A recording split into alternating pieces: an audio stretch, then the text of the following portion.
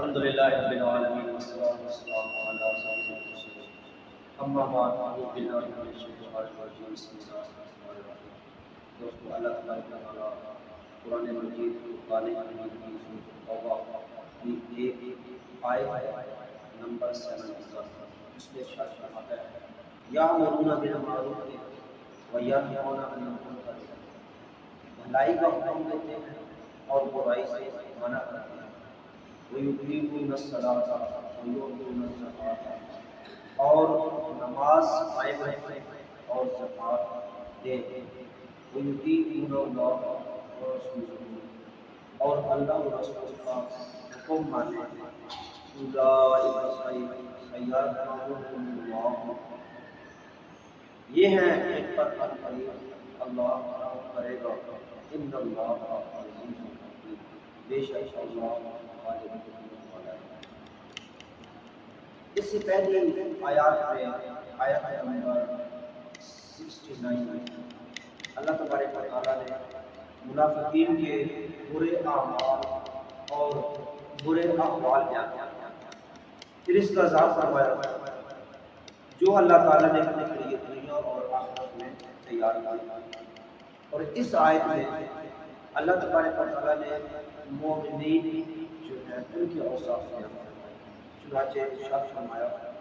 کہ مسلمان مرد اور مسلمان عورتیں ایک دوسرے کے رفیق آپس میں دینی محبت و الفت رکھتے ہیں اور ایک دوسرے کے مددگار ہیں۔ اللہ تعالیٰ اور اس کے رسول صلی اللہ علیہ وسلم پر ایمان لانے اور شریعت کی اتباع کا حکم دیتے ہیں اور شرک و معصیت یعنی گناہوں سے منع کرتے ہیں۔ فرض نمازیں ان کے حدود و ارکان پورا کرتے ہوئے ادا کرتے ہیں، اپنے اوپر واجب ہونے والی زکوٰۃ ادا کرتے ہیں اور ہر معاملے میں اللہ تعالیٰ اور اس کے رسول صلی اللہ علیہ وسلم کا حکم مانتے ہیں۔ ان صفات سے متصف مومن مرد اور مومن عورتیں وہ ہیں جن پر عنقریب اللہ تبارک و تعالیٰ رحم فرمائے اور انہیں دردناک عذاب سے نجات دے۔ بے شک اللہ تعالیٰ غالب اور حکمت والا ہے۔ اس آیت سے پہلے جو کچھ آیات بیان ہوئی تھی اس میں اللہ تبارک و تعالیٰ نے منافق مردوں اور منافق عورتوں کے 4 اوصاف بیان کیے۔ سب سے پہلے کیا تھا؟ یہ سب نفاق اور برے اعمال میں برابر ہوتے ہیں، ایک جیسے۔ دوسری کیا فرمایا کہ یہ کفر اور برائی کے کام میں اللہ اور رسول صلی اللہ علیہ وسلم کی تکذیب کا حکم دیتے ہیں، یعنی کہ گناہ کرنے کا حکم دیتے ہیں اور یوں ہی برائی کا حکم دیتے ہیں اور نیکی کرنے سے منع کرتے ہیں۔ تیسری نشانی جو منافقین کی اللہ تبارک و تعالیٰ نے ارشاد فرمائی ہوئی کہ یہ ایمان اور رسول اللہ صلی اللہ علیہ وسلم کی تصدیق کرنے سے منع کرتے ہیں۔ اور چوتھی نشانی کہ رائے خدا میں خرچ کرنے سے اپنے ہاتھ منع کرتے ہیں۔ یہ 4 نشانیاں اللہ تبارک و تعالیٰ نے منافقین کے ارشاد فرمائی جو اس سے پچھلے لیکچر میں سنا ہے۔ آج اللہ تبارک و تعالیٰ نے مومنوں کے 5 اوصاف بیان فرمائے۔ ہم نے غور کرنا ہے کہ یہ جو وصف اللہ تبارک و تعالیٰ نے مومنوں کے ارشاد فرمائے کیا ان میں سے کوئی ہمارے اندر ہے یا خدا نہ خاصہ وہ جو 4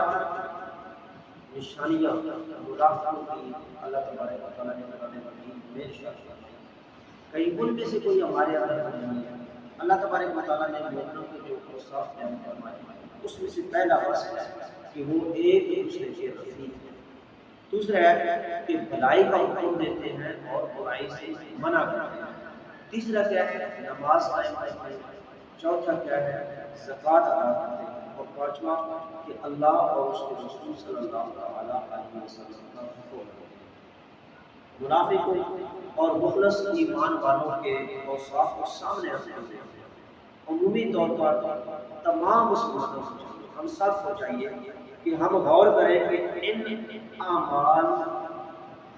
میں سے کن لوگوں کے ساتھ کون کون سے اعمال ہیں۔ اگر ان کے اعمال مخلص ایمان والوں کے ساتھ ملتے ہیں تو وہ اللہ تعالیٰ کے اس احسان کا شکر ادا کرتا ہے، اور اگر اعمال منافقوں کے ساتھ ملتے ہیں تو انہیں چاہیے کہ اپنی عملی حالت جو ہے وہ درست کرے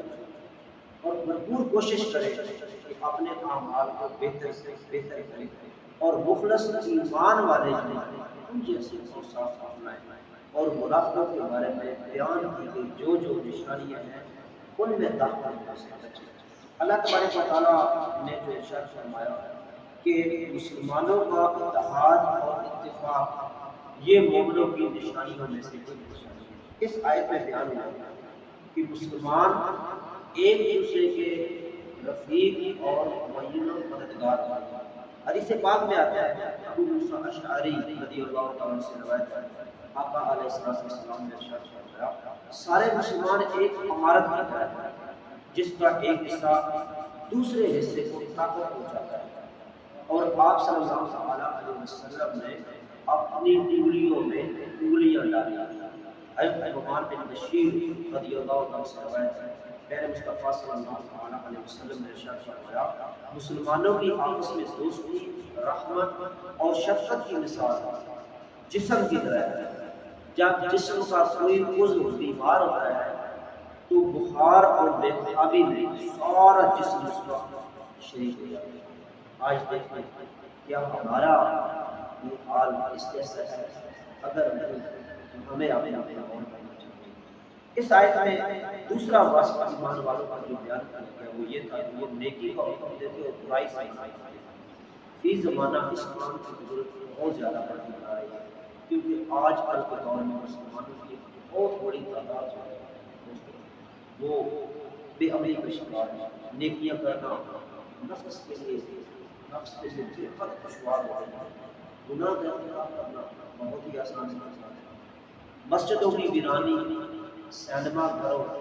اور ڈرامہ گھروں کے رونق دین کا درد رکھنے والوں کو بلا دیتے ہیں۔ ڈش نشینہ